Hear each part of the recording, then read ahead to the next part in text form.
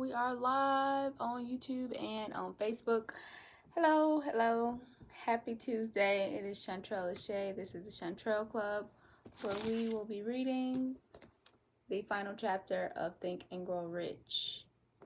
It's been a long time coming. I hope lives have been changed, or at least minds have been opened.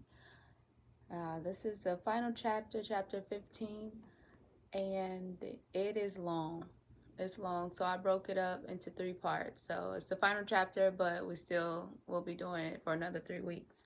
It's 57 pages, so roughly like 19, 20 pages tonight, and then every night forward. Hey Taylor, love you sis. But we'll be reading Think and Grow Rich by Napoleon Hill. This is for dope minds only. Respect that.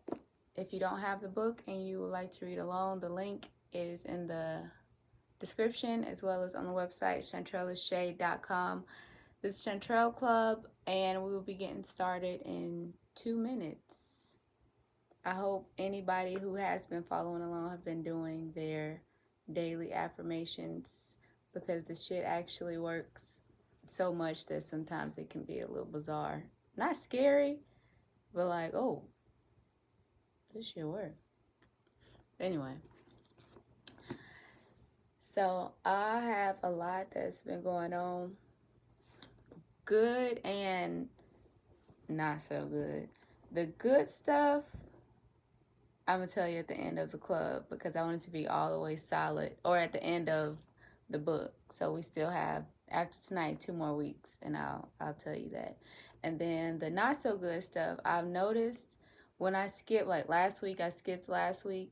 Every time I skip a week, my life kind of go a little off balance. I don't know what it is, but normally when I skip a week, I haven't worked out either. I haven't been meditating. Last week was a little bit rough. It was rough. I'm not gonna lie. So I didn't read the book. I didn't do my reading. I didn't work out. Well, I worked out like maybe only 2 days, which means I only meditated like 2 days. Every time I skip this right here, everything else kind of just. So I have to stay committed or find something, and because this will be over in 2 weeks, 3 weeks, I'm debating on if I'll jump right back into the next book, which is The Science of Getting Rich, or not. It just depends on where I am in life, to be honest. But okay, it is 10 p.m. Think and Grow Rich by Napoleon Hill. We are in the final chapter, the home stretch. We've already completed the 13 steps, so the last chapter is more of a bonus that I feel like everyone really needs. So let's get started. Page 327, chapter 15 is called How to Outwit the 6 Ghosts of Fear. Everybody have a little bit of fear in them, and if you don't have fear in you, then you are already a billionaire. Let's go. All right. How to outwit the 6 ghosts of fear. Take inventory of yourself as you read this closing chapter and find out how many of the ghosts are standing in your way. Before you can put any portion of this philosophy into successful use, your mind must be prepared to receive it. The preparation is not difficult. It begins with study, analysis, and understanding of 3 enemies, which you shall have to clear out. These are indecision, doubt, and fear. I'm going to read that again, the first paragraph. Before you can put any portion of this philosophy into successful use, your mind must be prepared to receive it. The preparation is not difficult. It begins with study, analysis, and understanding of the 3 enemies which you shall have to clear out. These 3 enemies are indecision, doubt, and fear. The 6th sense will never function while these 3 negatives are or any of them remain in your mind. The members of this unholy trio are closely related. Where one is found, the other 2 are close at hand. Indecision is the seedling of fear. Remember this as you read. Let's read that again. Indecision is the seedling of fear. Remember this as you read. I hope you guys have read it or at least looked at it, because the words, like the important words, they're capitalized or italicized. It's like real big. Like, anyway. All right. Oh, okay. Indecision crystallizes into doubt. The two blend and become fear. Let's read that again. Indecision crystallizes into doubt, and the two blend and become fear. The blending process is often slow. This is one reason why these three enemies are so dangerous. They germinate and grow without their presence being observed. The remainder of this chapter describes an end which must be attained before the philosophy as a whole can be put into practical use. It also analyzes a condition which has but lately reduced huge numbers of people to poverty, and it states a truth which must be understood by all who accumulate riches, whether measured in terms of money or a state of mind of far greater value than money. The purpose of this chapter is to turn the spotlight of attention upon the cause and the cure of the 6 basic fears. Before we can master an enemy, we must first know its name, its habits, and its place of abode. My bad. I don't even know if I said that right, to be honest.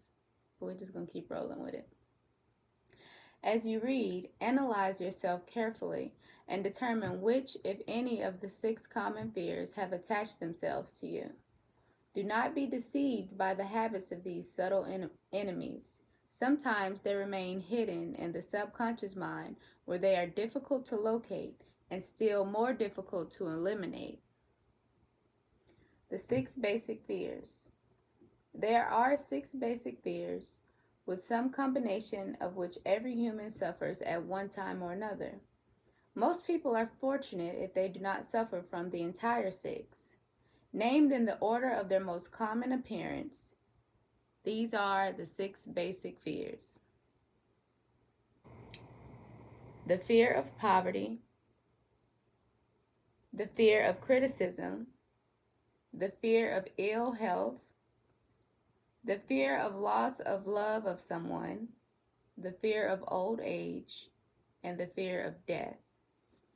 And it says, if you have the book, it's kind of pointless for me to turn it around. I don't think you can really see it. But the first 3, it says it's at the bottom of most of one's worries. So it's real deep in your subconscious mind. So I'll read it again. So the first 3 that are really deep in this of most people, we can't say everybody, but the fear of poverty, the fear of criticism, and the fear of ill health. All other fears are of minor importance. They can be grouped under these 6 headings.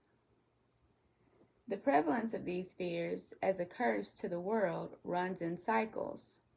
For almost 6 years, while the Depression was on, we floundered in the cycle of fear of poverty. During the World War, we were in the cycle of the fear of death. Just following the war, we were in the cycle of the fear of ill health, as evidenced by the epidemic of disease which spread itself all over the world. What are we in right now? 2019. What is the U.S. biggest fear? Trump. My bad. Anyway. Where we at? Okay, second paragraph, page 329. Fears are nothing more than states of mind. That is italicized. So I will read that one more time. Fears are nothing more than states of mind. Fear is in the state of mind. That movie by Will Smith and his son, man, what's the name of that movie? It's a great movie. It's just him and his son, and Earth is like They had to leave the earth or something. Basically, it was a real good representation of what fear is and how to overcome it. But I can't remember the name of the movie. I can't remember. All right. Okay. I need to stop pausing. But this is a really good chapter because it's so personal. Everybody can really relate to this chapter if you really take your time and read it. It's helpful because it makes you become more aware of not just you but of your subconscious mind. You really have to really stop, put everything down, and just get to know you and your mind and what are your biggest fears. Because when you know your fears, then you can face them and you can say fuck them fears and you can move forward. All right. See, this is why I have to stop running my mouth because now I lost my place. So we'll start from second paragraph of 329. Fears are nothing more than states of mind. One state of mind is subject to control and direction. Physicians, as everyone knows, are less subject to attack by disease than ordinary laymen, for the reason that physicians do not fear disease. I'm gonna read that one again. Let me read that again. Physicians, as everyone knows, are less subject to attack by disease than the ordinary man, for the reason that physicians do not fear disease. Physicians, without fear or hesitation, have been known to physically contact hundreds of people daily who are suffering from such contagious diseases as smallpox without becoming infected. Their immunity against the disease consistent largely, if not solely, in their absolute lack of fear. Man can create nothing which he does not first conceive in the form of an impulse of thought. We're going to read that again. Man can create nothing which he does not first conceive in the form of an impulse of thought. That statement is so powerful that I know I said I'm not going to stop and start talking, but I am. Because if you really stop and think about it, a lot of the good stuff and a lot of the bad stuff that's okay, I won't even say you, I'll say me. A lot of the good stuff and a lot of the bad stuff that has happened in my life, I thought about it first. Like, I literally created this whole little scene in my head. I created this whole little story. Like, I already know what this nigga gonna do. I already know what he about, this and that. You know, like, you think about it first. And then you get mad when it happened. You the one who thought that shit up. It's so powerful, but it's so subtle to the fact that you really have to be aware. You have to stop and be like, oh, I'm thinking wrong. I'm thinking bad stuff. Or I'm thinking good stuff. But most of the things, if not everything, really everything, you just have to accept that and then sit down and take the time to think about it. But everything that happens in your life, you thought that shit up. You really did. But okay, back to it. Third paragraph. I'm just read that sentence again. Man can create nothing which he does not first conceive in the form of an impulse of thought.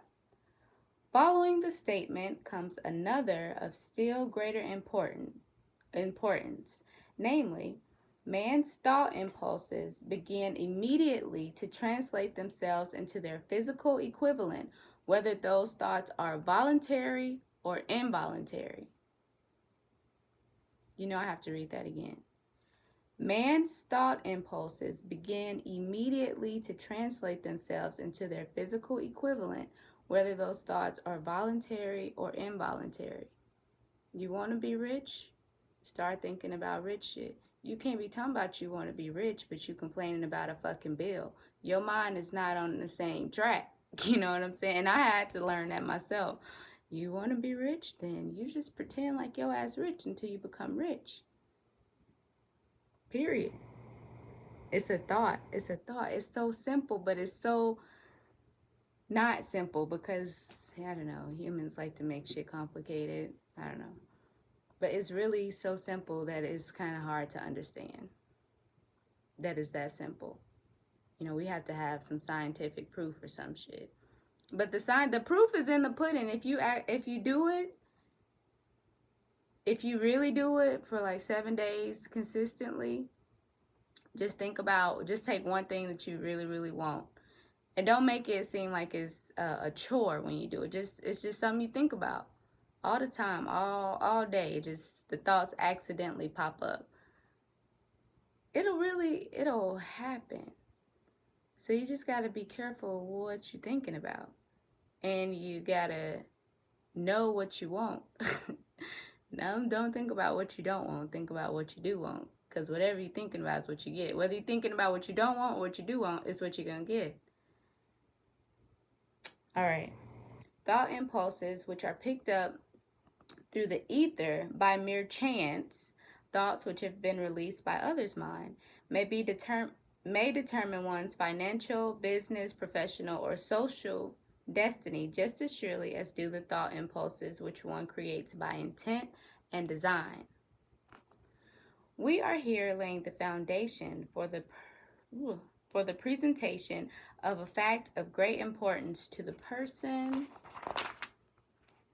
who does not understand why some people appear to be lucky while others of equal or greater ability, training, experience, and brain capacity seem destined to ride with misfortune. This fact may be explained by the statement that every human being has the ability to completely control his own mind. And with this control, obviously, every person may open his mind to the tramp thought impulses which are being released by other brains, or close the doors tightly and admit only thought impulses of his own choice. Not easy, but it can be done. It just takes practice and concentration. That's it. Practice and concentration. That's it. Practice and concentration. And I'm saying this over and over because I'm saying it to myself. It takes practice and concentration. You'll slowly, you know what? I forget where I read. I read it in I'm reading the 7 Habits of, I forgot that. It's by Covey. I can't remember the name of it right now. But it was a statement in there that kind of made me like, oh, shit. So you know how we want stuff real, real fast. You know, we think we can skip levels. Even with a lot of people who know about Think and Grow Rich believe, you know, I can just think it and that should have happened. I don't have to do nothing. I can just think it. Covey broke it down like this. You're a farmer, right? The farmer plant a seed. If that farmer plant the seed like 2 days before he wanted to grow, knowing that shit take like 6 months to grow, and he planted 2 days before it's time to grow, the plant not gonna fucking come. You gotta reap what you sow. You gotta plant your seeds. You know, you gotta plant them seeds. You can't wait till the last minute, or you can't plant it and then be like, all right, I planted you and it's been 2 days. Come on, you have to be patient. And that statement helped me so much because patience is something that I am working on. And Covey broke it down a little bit better than me. I really want to grab the book and read it, but I don't even know what page or chapter it was on. And I'm just babbling on, but I don't even know how I got on that topic. And I lost my spot. All right, here we go. I'm just going to start over from the second paragraph. All right. This fact may be explained by the statement that every human being has the ability to completely control his own mind. And with this control, obviously, every person may open his mind to the tramp thought impulses which are being released by other brains, or close the doors tightly and admit only thought impulses of his own choice. Nature has endowed man with absolute control over but one thing, and that is thought. This fact, coupled with the additional fact that everything which man creates begins in the form of a thought leads one very near to the principle by which fear may be mastered. If it is true that all thought has a tendency to clothe itself in its physical equivalent, and this is true beyond any reasonable room for doubt, it is equally true that thought impulses of fear and poverty cannot be translated into terms of courage and financial gain. The people of America began to think of poverty following the Wall Street crash of 1929. Slowly but surely, that mass thought was crystallized into its physical equivalent, which was known as a depression. This had to happen. It is in conformity with the laws of nature. America thought that shit up, period. Whether you want to accept that or not, or understand it or not, that's your choice. But if you really study the law of attraction and thought impulses and quantum physics, if you really study it and then you go back to history, you'd be like, really, this is the only thing we need to know. Everything else is just specialized knowledge. Okay. The fear of poverty. We're at the bottom of page 330. The fear of poverty. There can be no compromise between poverty and riches. There can be no compromise between poverty and riches. The two roads that lead to poverty and riches travel in opposite directions. If you want riches, you must refuse to accept any circumstance that leads towards poverty. The word riches is here used in its broadest sense, meaning financial, spiritual, mental, and material estates. The starting point of the path that leads to riches is desire. In chapter 1, you received full instructions for the proper use of desire. In this chapter on fear, you have complete instructions for preparing your mind to make practical use of desire. Here, then, is the place to give yourself a challenge, which will definitely determine how much of this philosophy you have absorbed. Here is the point at which you can turn prophet and foretell accurately what the future holds in store for you. If, after reading this chapter, you are willing to accept poverty, you may as well make up in your mind to receive poverty. This is one decision you cannot avoid. If you demand riches, determine what form and how much will be required to satisfy. Let me read that again. If you demand riches, determine what form and how much will be required to satisfy you. You know the road that leads to riches. You have been given a roadmap, which, if followed, will keep you on that road. If you neglect to make the start or stop before you arrive, no one will be to blame but you. And basically, the roadmap is your affirmations. That's the starting point. Well, first you have to know what you want. You got to really know what you want. You got to break it all the way down to the details. Just one thing at a time. Don't have a whole list. I mean, you can have a whole list, but just focus on one thing. I'm talking to myself. Just focus on one thing at a time. One thing. What is it that you really want at this very moment? And then think about that shit all day. Think about you just already having it. Just think about it. And just watch what happens. And every morning, say your affirmations. And make sure you give yourself a deadline for what you want, because that's important too. And every night before you go to sleep, say your affirmations.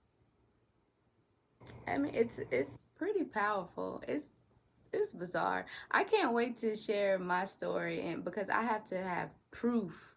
I know for a lot of people, for myself included, I need proof. I'm not about to listen to shit nobody's saying if you in the same situation I'm in, period.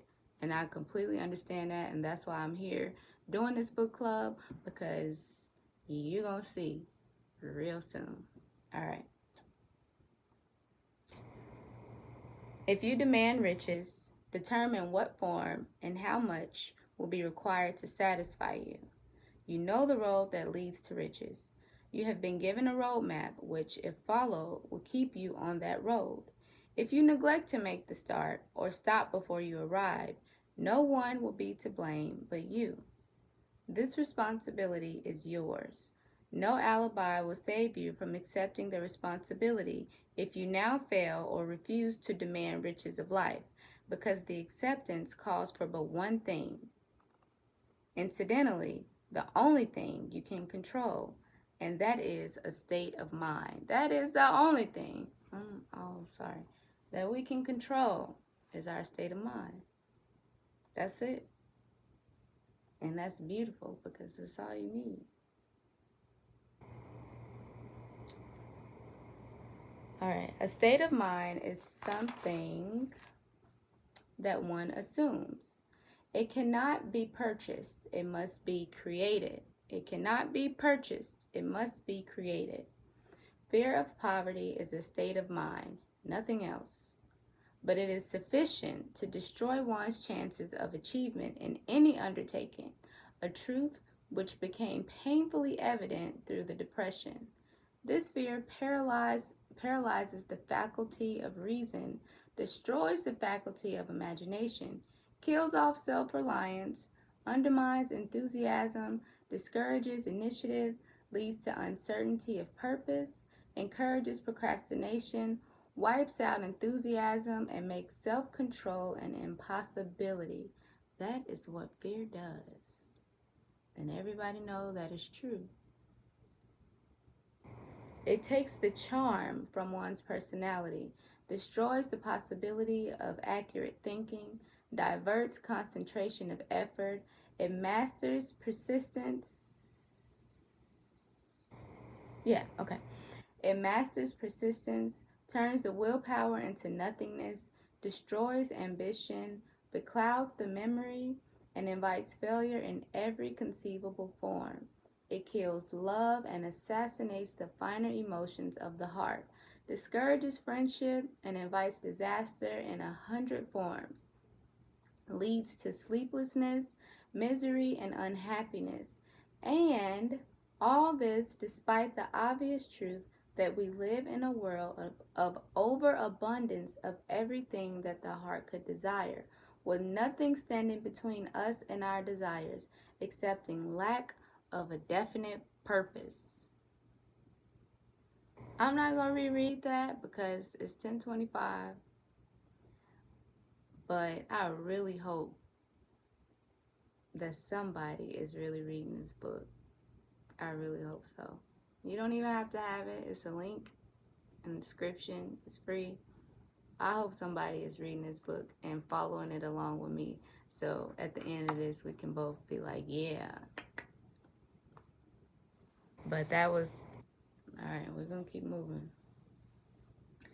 The fear of poverty is without doubt the most destructive of the 6 basic fears. It has been placed at the head of the list because it is the most difficult to master. Considerable courage is required to state the truth about the origin of this fear, and still greater courage to accept the truth after it has been stated. The fear of poverty grew out of man's inherited tendency to prey upon his fellow man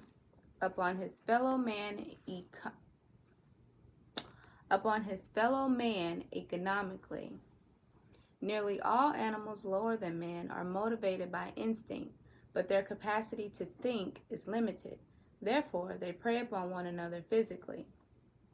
Man, with this superior sense of intuition, with the capacity to think and to reason, does not eat his fellow man bodily. He gets more satisfaction out of eating him financially. Man is so avaricious that every conceivable law has been passed to safeguard him from his fellow man. Of all the ages of the world of which we know anything, the age in which we live seems to be one that is outstanding because of man's money madness.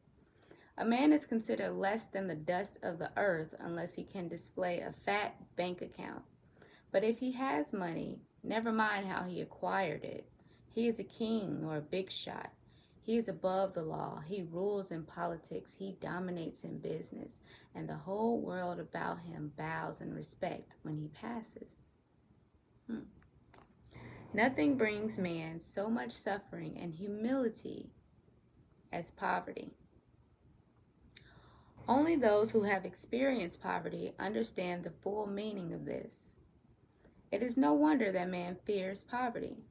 Through a long line of inherited experiences, man has learned for sure that some men cannot be trusted where matters of money and earthly possessions are concerned. This is a rather stinging indictment. I don't know. The worst part of it is being that it's true. The majority of marriages are motivated by the wealth possessed by one or both of the contracting parties. It is no wonder, therefore, that divorce courts are so busy. Yeah, marrying people for money. I prefer to get my own, if I'm being honest. So eager is man to possess wealth that he will acquire it in whatever manner he can, through legal methods if possible, through other methods if necessary. Self-analysis may disclose weaknesses which one does not like to acknowledge. Self-analysis may disclose weaknesses which one does not like to acknowledge. This form of examination is essential to all who demand of life more than mediocrity and poverty. Remember, as you check yourself point by point, that you are both the court and the jury, the prosecuting attorney and the attorney for the defense, and you are the plaintiff and the defendant. Also, that you are on trial. Face the facts squarely. Ask yourself definite questions and demand direct replies. When the examination is over, you will know more about yourself. If you do not feel that you can be an impartial judge in this self-examination, call upon someone who knows you well to serve as judge while you cross-examine yourself. You are after the truth. Get it, no matter at what cost, even though it may temporarily embarrass you. So what we are about to do is take a self-analysis, kind of like a test. But I'm just going to read everything out, but we're going to do it. The majority of people, if asked what they fear most, would reply, I fear nothing. The reply would be inaccurate because few people realize that they fear that they are bound, handicapped, whipped spiritually and physically through some form of fear. So subtle and deeply seated in the emotion of fear that one may go through life burdened with it, never recognizing its presence. That's what's important, the subconscious mind, and really connecting with it and taking the time to watch it or find it, recognize it, become aware of it. That is some deep shit. It really is. You really get to know yourself, when you get in tune and watch your subconscious mind and see what it's up to. You know, we do stuff without even realizing that we're doing stuff because of our subconscious mind. So it takes a lot of concentration and self-awareness and quietness and meditation to recognize your subconscious mind. I'm still working on it too. I've recognized it, and it's interesting. I got my beauty balls in the bag. Don't judge me, y'all. It's Tuesday, whatever that means. All right.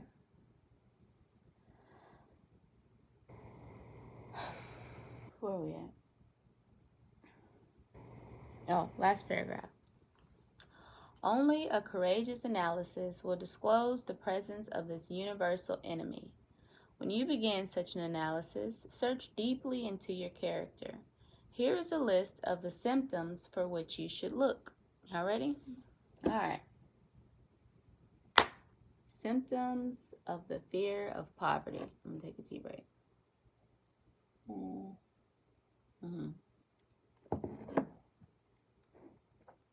All right. Indifference is the first symptom. Indifference, commonly expressed through lack of ambition, willingness to tolerate poverty, acceptance of whatever compensation life may offer without protest, mental and physical laziness, lack of initiative, imagination, enthusiasm, and self-control. That is indifference. Just kind of stop and think about, as I'm reading along, do I do any of this? Do I have any of this? And just be honest. And it will embarrass you, and it's hard to accept your flaws. But the beautiful thing about it is you can change it. But the truth about it is you have to face it in order to change it. That's the truth. Indecision, the habit of permitting others to do one's thinking, staying on the fence. Doubt, generally expressed through alibis and excuses designed to cover up, explain away, or apologize for one's failures, sometimes expressed in the form of envy of those who are successful or by criticizing them. Doubt. Didn't think that would be the definition for doubt, right? I'm going to read that one again. Doubt, generally expressed through alibis and excuses designed to cover up, explain away, or apologize for one's failures, sometimes expressed in the form of envy of those who are successful or by criticizing them. What I will say is the first time I read this book, I done read this book a couple times, but the first time I read this book, when I was doing a self-analysis, I was like, oh, yep, that's so-and-so. Yep, that's so. I wasn't even trying to fix me. I'm worried about it. Oh no, that's so and so right there. Oh yeah, that's so and so. They need to read this book. You know what I'm saying? How was that helping me? Stop. You can only control your state of mind. That's the only thing on this earth you can control. You can't control your kids. You can't control your spouse. You can't. You can control your state of mind. That's what you can control. Now, if you can control your state of mind, you can control your life. All right. Worry is the next one. Worry. Usually expressed by finding fault with others, a tendency to spend beyond one's income, neglect of personal appearance, scowling and frowning, intemperance in the use of alcoholic drinks, sometimes through the use of narcotics, nervousness, lack of poise, self-consciousness, and lack of self-reliance. That is worry. Ooh, that one still kind of tear my ass up a little bit, because as I'm reading, I'm going through which ones, what do I do? And, then I'm thinking, how can I fix it? The first step, though, is just to recognize it. Recognize it and pray on it, If you don't know how to fix it, just pray. Ask God, God, help me fix this. I'm aware that this is something that I do. And I'm also aware that if I change it, my life can change. So can you please just help me? Because I don't know what to do. Just ask God. That's what he's there for. All right. Next is overcaution. The habit of looking for the negative side of every circumstance. I'm not going to lie, this shit get on my nerves. I avoid anybody who do that at all costs. Oof, they get on my nerves. But anyway, okay. Overcaution, the habit of looking for the negative side of every circumstance. That's like on Finding Nemo when they were in the well and the water was like going down or something. And then what's the fish, the clownfish? I can't remember, but he was like, the tank is half empty. And then Dory was like, I'd say it's half full. Find the positive. It's a positive in everything. Sometimes you gotta search hard as fuck for it. But sometimes a positive is, hey, I'm alive.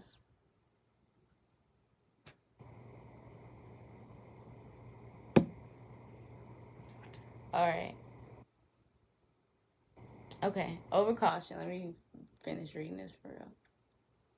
The habit of looking for the negative side of every circumstance, thinking and talking of possible failure instead of concentrating upon the means of succeeding, knowing all the roads to disaster but never searching for the plans to avoid failure, waiting for the right time to begin putting ideas and plans into action until the waiting becomes a permanent habit. Whew, that one kind of hit me. Mm. Waiting for the right time to begin putting ideas and plans into action until the waiting becomes a permanent habit. Remembering those who have failed and forgetting those who have succeeded. Seeing the hole in the donut but overlooking the donut. Pessimism leading to indigestion, poor elimination, auto intoxication, bad breath, and bad disposition. That's overcaution. That's crazy because it do lead to bad breath. I know this one person that I work with, they are extremely negative and their breath stank. I never put two and two together. Anyway. All right, the next one, procrastination. Oh, and for anybody who's just joining, we are reading Think and Grow Rich by Napoleon Hill. I'm Chantrelle Lashae. This is the Chantrelle Club. This is a place for dope minds only. This is not a place for entertainment. Please love and respect that. We are reading Think and Grow Rich by Napoleon Hill, and we're on page 336, mid-page. If you would like to read along, the link is in the bio. And it's also on the homepage of chantrellellashae.com. And we are back. All right. Page 336, procrastination. Oh, and this is symptoms of the fear of poverty. So we're taking a self-analysis of ourselves. Well, of ourselves. Anyway, you get it. All right. Procrastination. The habit of putting off until tomorrow that which should have been done last year. Spending enough time in creating alibis and excuses to have done the job. This symptom is closely related to overcaution, doubt, and worry. Refusal to accept responsibility when it can be avoided. Willingness to compromise rather than put up a stiff fight. Compromising with difficulties instead of harnessing and using them as stepping stones to advancement. Bargaining with life for a penny instead of demanding prosperity, opulence, riches, contentment, and happiness. Planning what to do if and when overtaken by failure instead of burning all bridges and making retreat impossible. That is so important, so I'm going to read it one more time. Planning what to do if and when overtaken by failure instead of burning all bridges and making retreat impossible. All right. Weakness of and often total lack of self-confidence, definiteness of purpose, self-control, initiative, enthusiasm, ambition, thrift, and sound reasoning ability. Expecting poverty instead of demanding riches. Association with those who accept poverty instead of seeking the company of those who demand and receive riches. That's important too, that last sentence. Association with those who accept poverty instead of seeking the company of those who demand and receive riches. Who you hang around makes a big difference. I mean, I just know personally, when I really started to take life in general serious and grow myself spiritually, financially, mentally, I realized I had to cut a lot of people off because your mind, in order to control your mind or your state of mind, you gotta control what goes in it. You know what I'm saying? So if you hanging around negative people all the time, or people, we'll just keep it at that, negative people all the time, but you trying to get a positive state of mind, that's kind of contradicting, you know? You have to be careful who you hanging around, who you talking to. You just got to be careful. And some people will call you rude because I'm quick to be like, skirt. You know, in a break room, let somebody, oh, today is skirt. Today is Monday. Nigga, it's Monday. You got a job. Shut up. You know what I'm saying? I'm quick. So you have to really protect your mindset, especially if it's so absorbed with negativity and doubt. You know, you done failed a couple times, so that's really all. You just scared of doing it again because you know that can fuck with your mind, and it takes concentration, it takes practice, and it takes isolation. So you have to, sometimes you have to just isolate yourself altogether. Sometimes that's necessary too. It's not a permanent thing, of course. We all need each other. We're humans. We're codependent. But you got to be careful who you're hanging around. And them conversations you indulging in, I do not do them conversations, girl, my bills and this and that. And the fuck out of here. I'm quick to skirt. And it's okay. You know, some people, they just don't understand and they will call you rude. But that's okay. Because the goal is hopefully they'll understand why. And they'll catch on. And they'll change their lives too.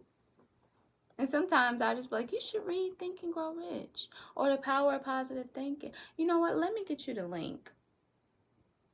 Let me just help you out real quick. You don't have to force nobody to read the book, because at the end of the day, if you really want to change your life, you will search hard on how to change your life. And when you start searching, when you desire change, I should say, desire, the first step, right? When you desire change, it'll start coming to you. I remember I was sleeping on the floor. Oh my God, I wanted something so much more. I was just like, God, I know this is not my life. I'm not depressed. I wasn't depressed, but I was just like, I know this is not my life. This is not what I used to think about when I was a kid. And it's weird because I used to think about it when I was a kid. Now I'm thinking about it. But anyway, I was like, I got to do something. It's something that I have to do. I have to change because it's the third time that I had to sleep on somebody's floor. I got to do something. It's me. It can't be nobody else but me, because the same shit happening over and over again. So help me. Please, Lord, help me. Just out of nowhere, The Science of Getting Rich, the book just came to me. My mom actually gave it to me. She was like, Trell, you should read this. It's only like 97 pages. It takes like 2 hours to read. And I was like, okay, whatever. You know, and I didn't think anything of it. And then when she wasn't around, I went and got the book and I read it. And when I tell you that book, literally, it was like I lived in another world after reading it. I read that whole book front to back. Change your life. Game changer. I don't even know how we got on that, but I'm sure it was relevant. All right. Oh, yeah. Association with those who accept poverty instead of seeking the company of those who demand and receive riches. Hang around the people you want to be like. If you can't hang around them, find out where they be hanging out at and go there. And eventually you'll meet somebody, because they hang somewhere public, you know? They hang somewhere. Figure out where they hanging out at. Stalk them a little bit. You know, you don't have to go and actually hang out with them. Just hang out where they hang out. Because that's what I've been doing. And when I tell you I've been meeting some connects, whew, I'm telling you. All right. Bottom of 336. Money talks. All right. Some will ask, why did you write a book about money? Why measure riches in dollars alone? Some will believe, and rightly so, that there are other forms of riches more desirable than money. Yes, there are riches which cannot be measured in terms of dollars, But there are millions of people who will say, "Give me all the money I need, and I will find everything else I want." The major reason why I wrote this book on how to get money is the fact that the world has but lately passed through an experience that left millions of men and women paralyzed with the fear of poverty. What this sort of fear does to one, as well as described by Westbrook Pegler in the New York World Telegram. Oh, that does say Telegram. Oh, Telegram. And now it's a quote. All right. Money is only clamshells or metal discs or scraps of paper, and there are treasures of the heart and soul which money cannot buy. But most people, being broke, are unable to keep this in mind and sustain their spirits. When a man is down and out and on the street, unable to get any job at all, something happens to his spirit, which can be observed in the droop of his shoulders, the set of his hat, his walk, and his gaze. He cannot escape a feeling of inferiority among people with regular employment, even though he knows they are definitely not his equals in character, intelligence, or ability. These people, even his friends, feel on the other hand a sense of superiority in regard him, perhaps unconsciously as a casualty. He may borrow for a time, but not enough to carry on his accustomed way, and he cannot continue to borrow very long. But borrowing in itself, when a man is borrowing merely to live, is a depressing experience, and the money lacks the power of earned money to revive his spirits. Of course, none of this applies to bums or habitual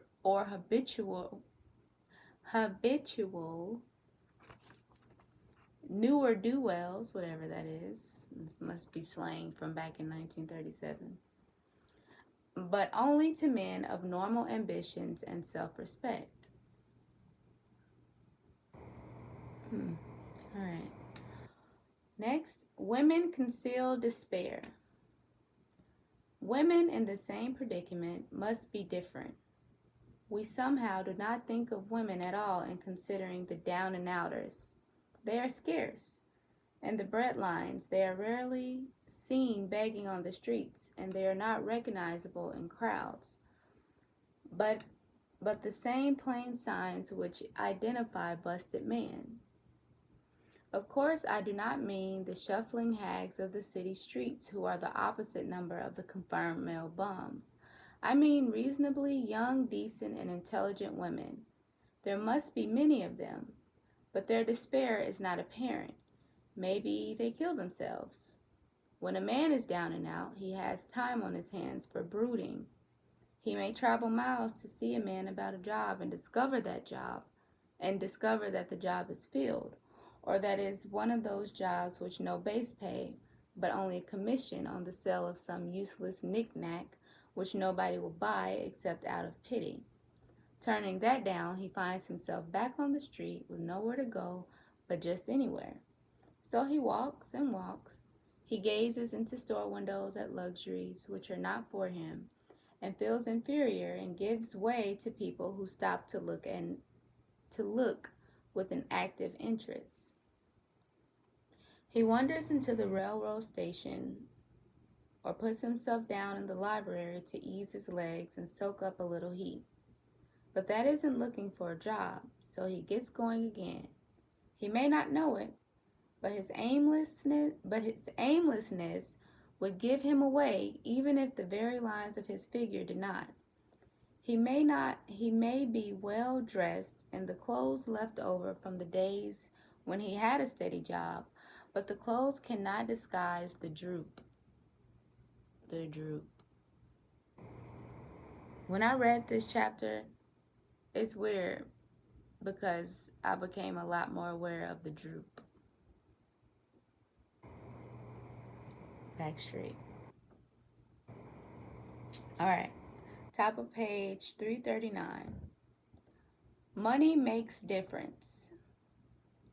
He sees thousands of other people, bookkeepers or clerks or chemists or wagon hands, busy at their work, and envies them from the bottom of his soul. They have their independence, their self-respect, and manhood, and he simply cannot convince himself that he is a good man, too, though he argue it out and arrive at a favorable verdict hour after hour. It is just money which makes this difference in him. With a little money, he will be himself again. Some employers take the most shocking advantage of people. Some employers take the most shocking advantage of people who are down and out. The agencies hang out little colored cards offering miserable wages to busted men, $12 a week, $15 a week. An $18 a week job is a plum, and anyone with $25 a week to offer does not hang the job in front of an agency on a colored card.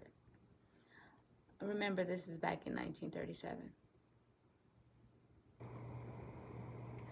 I have a want ad clipped from the local paper demanding a clerk, a good clean penman, to take telephone orders for a sandwich shop from 11 to 2 for $8 a month. Not $8 a week, but $8 a month. The ad says also, state religion. Can you imagine the brutal inferiority of anyone who demands a good clean penman for 11 cents an hour, inquiring into the victim's religion? But that is what busted people are offered. The fear of criticism. Just how man originally came by this fear, no one can state definitely. But one thing is certain. He has it in a highly developed form. Some believe that this fear made its appearance about the time that politics became a profession. Others believe it can be traced to the age when women first began to concern themselves with styles in wearing apparel. This author, being neither a humorist nor a prophet, is inclined to attribute the basic fear of criticism to the part of man's inherited nature which prompts him not to only take away his fellow man's goods and wares, but to justify his action by criticism of his fellow man's character. It is a well-known fact that a thief will criticize the man from which he steals, that politicians seek office, not by displaying their own virtues and qualifications, but by attempting to besmirch their opponents.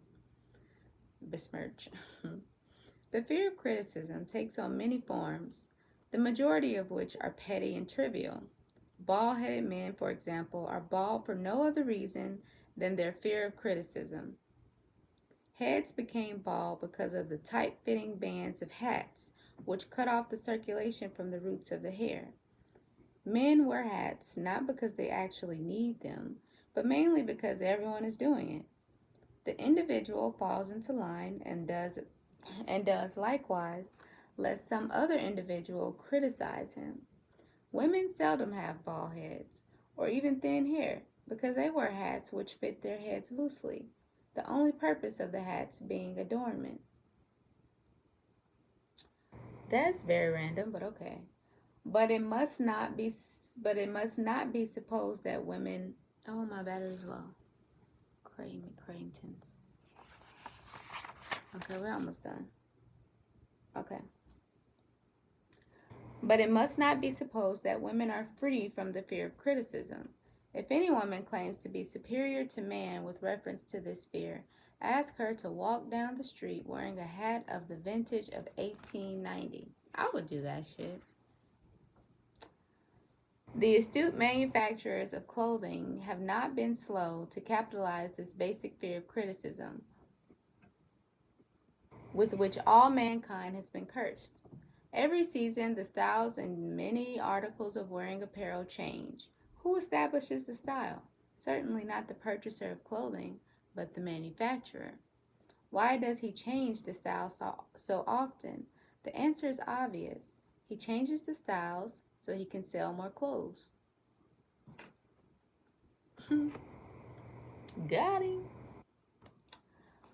For the same reason, the manufacturers of automobiles, with a few rare and very sensible expectations, change styles of models every season. No man wants to drive an automobile which is not the latest style, although the older model may actually be the better car.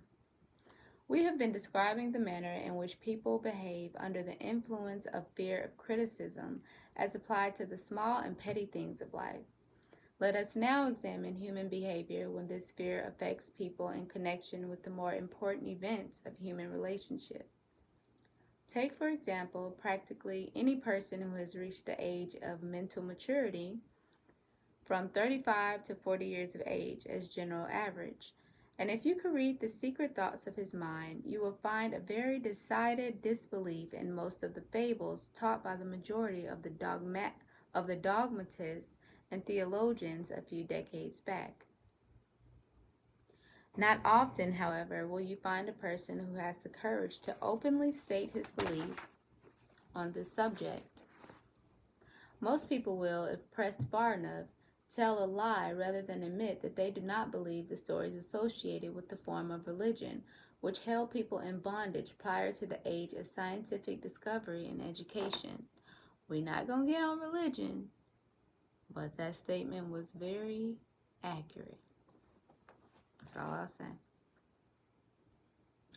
Why does the average person, even in this day of enlightenment, shy away from denying his belief in the fables, which were the basics of most of the religion a few decades ago? The answer is because of fear of criticism. Men and women have been burned at the stake for daring to express disbelief in ghosts. It is no wonder we have inherited a consciousness which makes us fear criticism. The time was, and not so far in the past, when criticism carried severe punishment. It still does in some countries.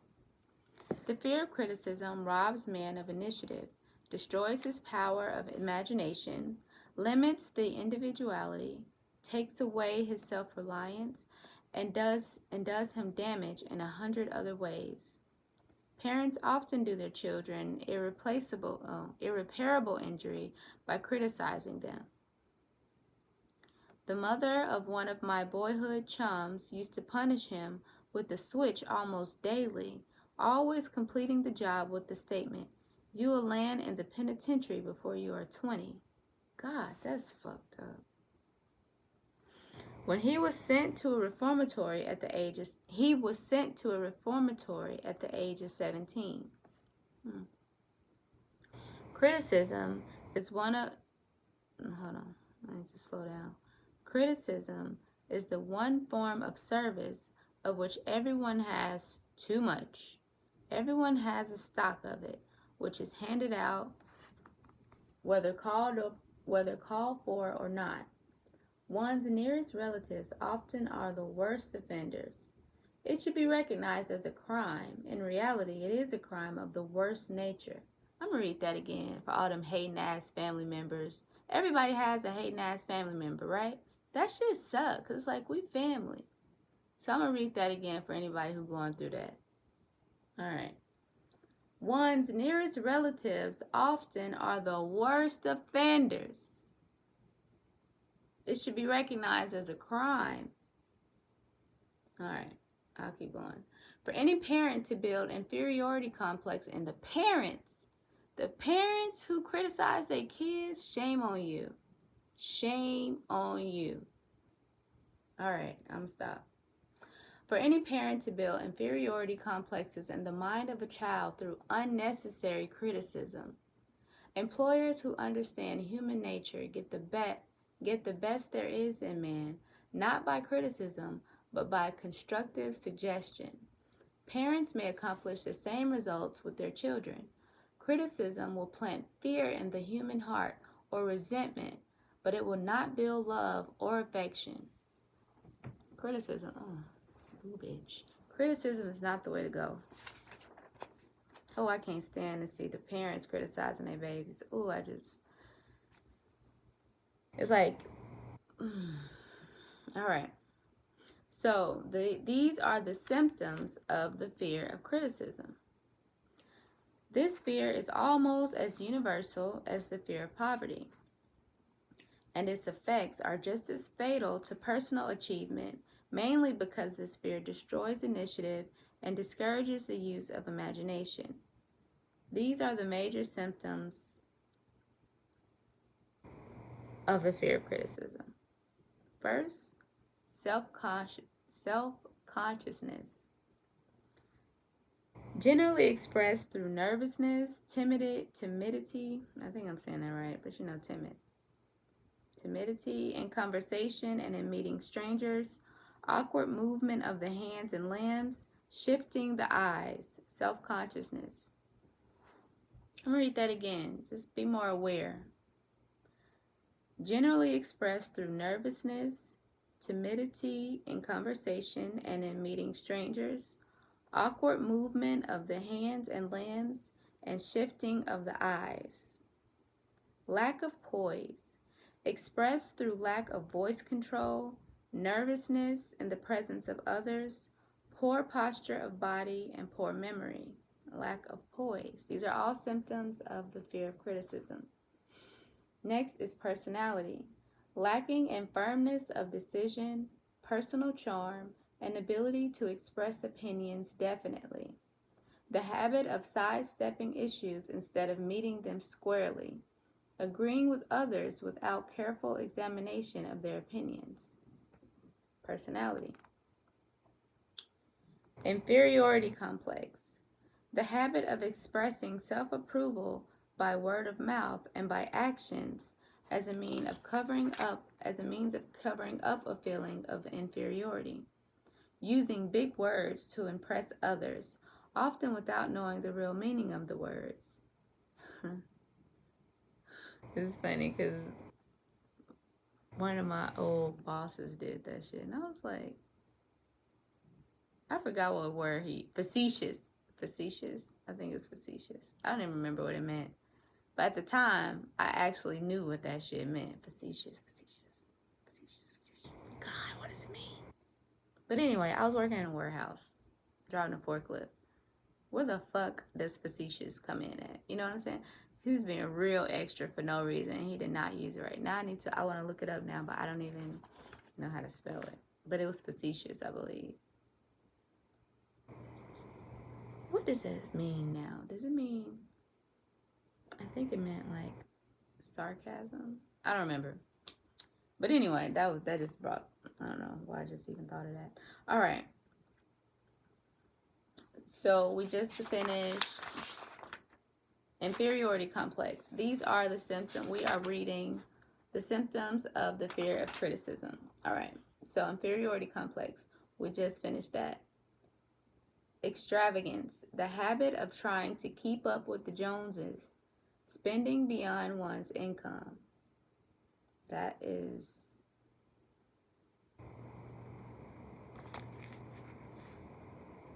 anybody out there? That's a big one, a big whammy. I had to learn that the hard way when I was like 22, 23, thinking I was balling. But anyway, all right. Lack of initiative, failure to embrace opportunities for self-advancement. One more time.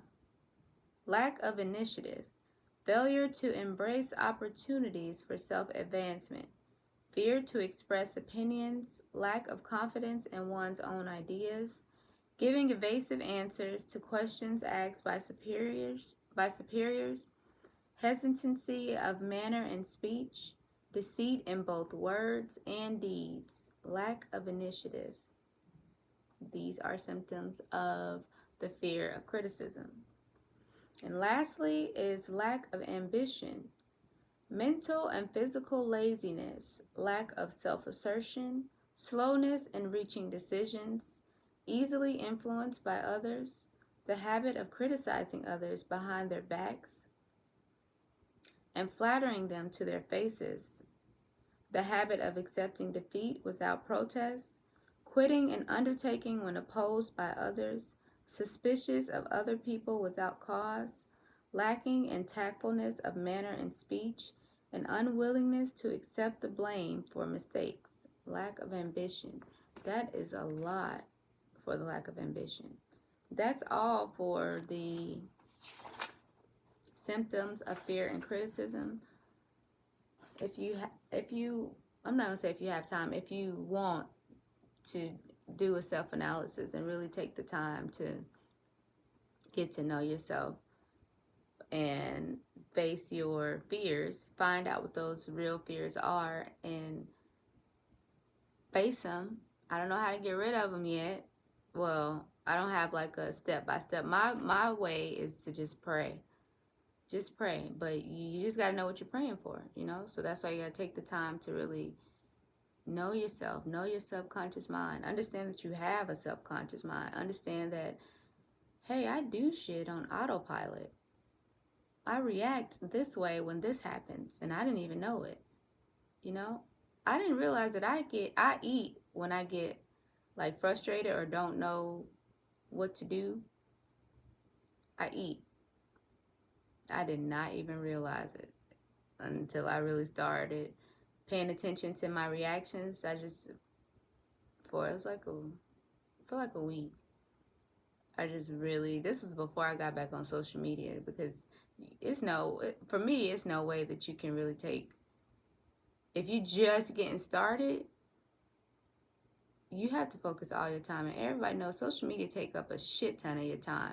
If you have the screen time if you have an iPhone, you have that screen time, and see how much time you really spend on social media. It's like, damn, I really could have been doing a lot more with my time, with my mind. But yeah, I eat when I get frustrated. But now that I know that, I'm trying to switch it to taking a shower, go running. It's still eat, but at least I'm aware of it. It's all about being aware. When you're aware, then you can make a plan. All right. Anyway, so we are at the bottom of 344. This is the last one we'll be reading. Oh, but this goes hand in hand with that. I think we're going to stop right there then, because that'd be pointless. The fear of ill health. Yeah, we'll stop right there. Let me mark it, because I put 347, but it'll be 344. Because if we stop at 347, then we'll be all lost next week. And I'll have to start rereading stuff. All right. So that's the end then. That was a lot to take in, but I'm sure it was, if anybody was following along and really, if you reading with me, then that was helpful. Even if you wasn't, it was really helpful. So this is the final chapter of Think and Grow Rich. We've already finished the 13 steps. This is like a bonus, how to get over your fears. And first off, in order to get over them, you got to recognize it.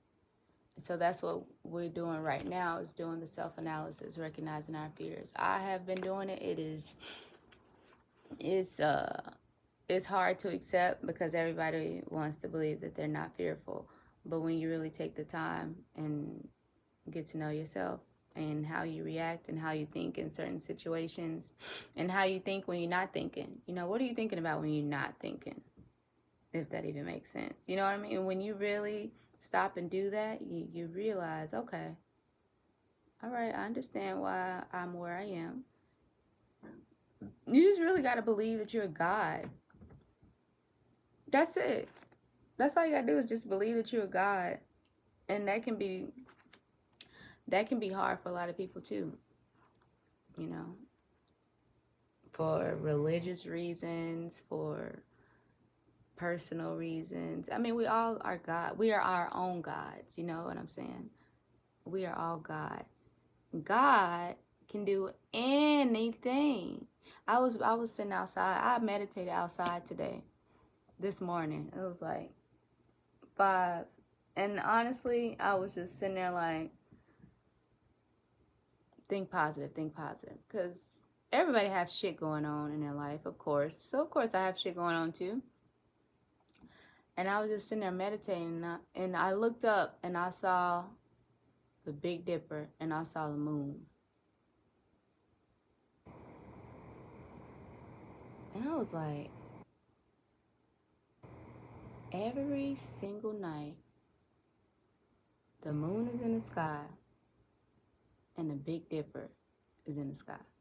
Every night. They there. One star, I don't know how the stars work, but one go out, another one replace it. And that just kind of made me think, like, God has never changed, ever. The moon is still the fucking moon. It's still there in the sky all these years. Stars, they still there. The night come after the day. You know what I'm saying? Like, it just kind of made me think, God is right there. He's right there. He told us, use our minds to get what we want. Just think about what we want and we'll get it. And it's been proven so many times. With everyone who's successful will tell you. Everyone. It may be real subtle. It may be to the point where they don't even understand. They didn't know they did it. But I posted some song lyrics on Facebook and on Instagram. They tell you, this is what I did. And it's so simple that it'll go right over your head. But it's like, God gave us our minds. Our minds are still our minds. It hasn't changed just because it's 2019. We just got to know how to use it. You know what I'm saying? I don't even know if that even makes sense. But something, when I was sitting out there and I just looked up and I was like, the fucking moon is right there. And that same fucking moon was right there 100 years ago. And the Big Dipper is right there. You know, that's what really got me. The stars are, it's not random. It's right there. I don't know. It just made me, like, you don't have to worry about anything, basically. You just really don't have to worry about shit. All you gotta do is know that God is real. God lives in you, which means you are God. God gave you his powers, which is your mind. You can get whatever you want. All you gotta do is think about it, believe you can get it, and then trust that everything that you need to get it will come to you. And move, act. When those opportunities come, act. Don't second guess it. Act on the opportunities. You know, it's going to be a little bit bizarre when stuff starts just coming to you. And you're going to try to second guess it because it's so bizarre. You know, you will, but everything you want, you can get. Everything you want, you can get, man. You just got to know what you want. You have to know what you want. You got to be real detailed. Real detailed. Real detailed in what you want. And I'm just saying that from experience, because I told God when I was on the floor, I was like, I want my own crib. And that was it. I didn't give no additional details. I was just like, I want my own shit. I want my own house. I got my own house. And that's it. It's a house. It's just, I got my own house. It's not like, I was like, damn, well, I mean, I really wanted like some real high ceilings, big windows, overlooking the trees, you know what I'm saying? I want a meditation room. So now, it's like, now that I realize, okay, well, I got what I wanted. I just asked for a house. I need to be more detailed. I got pictures of the house I want now. Watch I get it. I need to post my pictures so when I do get it, that's what I'm going to do. I'm going to post my pictures. But all right, this is Chantrelle Lashae. This is the Chantrelle Club, and it is an honor to be here because I know so many years from now, Chantrelle Club is going to be an inspiration to so many beautiful souls. So this is just an honor to be here. You know, my shit in the back, you can see my room. You know what I'm saying? So it's going to be lovely to see my growth. It's going to be beautiful, and it's going to encourage so many people. It is. And that's like the greatest feeling ever, to be honest. It's 11:17 and it's Tuesday night, and I'm wide awake for some strange reason. Well, I know why, because I have shit to do. And I really was like, God, I really got shit to do. Please give me some energy. And I don't want to drink coffee because it fucks me up if I drink it this late. And now I have it, so I'm going to use that energy on what I should be doing right now. And I'm going to let y'all get out of here. This is Chantrelle Lashae, Think and Grow Rich by Napoleon Hill, for Dope Minds Only. Love it and respect it.